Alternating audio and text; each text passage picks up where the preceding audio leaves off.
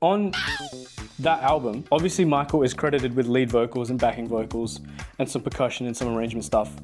But there's someone else that's credited as the producer. So obviously everybody knows Quincy Jones and how important he was for that. But I don't think everybody knows how much tension was involved in making something like this happen. Quincy wasn't afraid to push back against Michael, to get rid of certain demos, to veto tracks, to change the track list, to change certain elements, and it got us this. Every artist needs a good producer. A producer is the person that takes all of the demos, all of the musicians, all of the ideas, and decides what stays and what goes. Traditionally, they stay in the control room, the central room within the studio, and all the other musicians and vocalists and percussionists, whatever, are out in the other rooms, in view of everybody in the control room, and they're calling the shots with the engineers by themselves. So obviously the producer doesn't actually sit down and record any parts for the song. So they've got a certain sense of objectivity that no one else in the process really has. What that means is they are tasked with making the right decision for the music, not letting anyone's ego get in the way of making the best song that they can.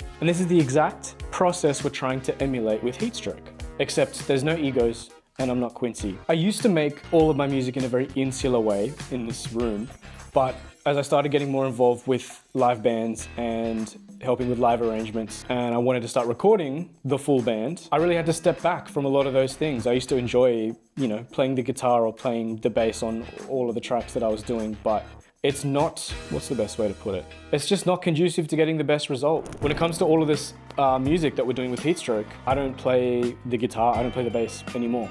I step back, I'm in the control room, and everybody else has their parts and everybody else knows what to do. And I'm there to kind of guide everybody. The way that the drum kit sounds, the effects on the guitar, the tone of certain instruments, all of these things are decided ultimately by the engineers and myself on the fly. You can't do that if you're also trying to record the song. In the intro to Don't Stop Till You Get Enough, there are these strings.